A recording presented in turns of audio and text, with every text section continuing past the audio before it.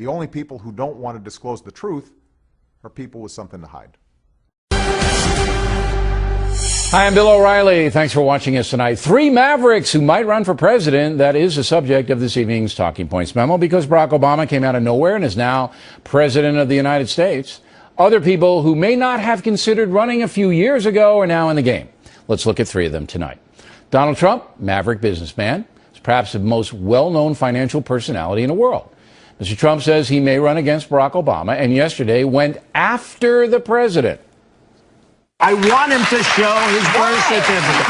There's something on that birth certificate that he doesn't like. Oh, my God. That's a terrible thing to say. Whoopi, I'm telling you.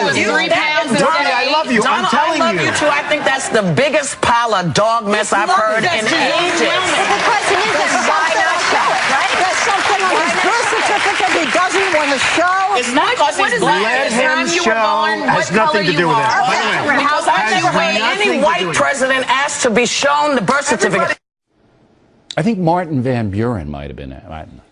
Now, 2 things you should know about Donald Trump. Number 1, he doesn't care what anybody thinks about him. And number 2, his central theme that America is a diminishing nation going downhill is shared by millions of Americans. If Trump enters into the race, politics as usual vanishes. And then there's Congresswoman Michelle Bachmann, who is planning to be a factor in 212.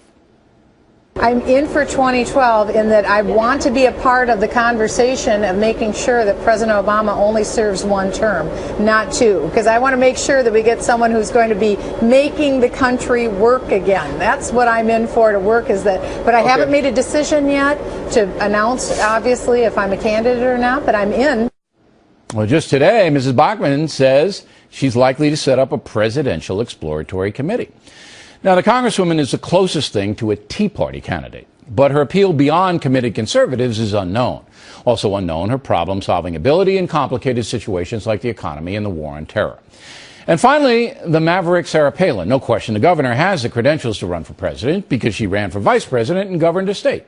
But Mrs. Palin has remained an outsider, the establishment Republican Party not embracing her, primarily because she has very high negatives among independents.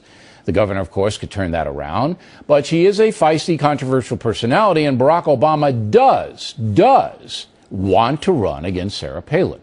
Of course, you could say be careful what you wish for, but there's a reason the Democrats would like her to head the Republican ticket.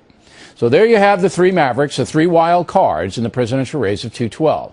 If any or all get in, I will personally send them flowers, because it'll be great for the factor. The only people who don't want to disclose the truth are people with something to hide.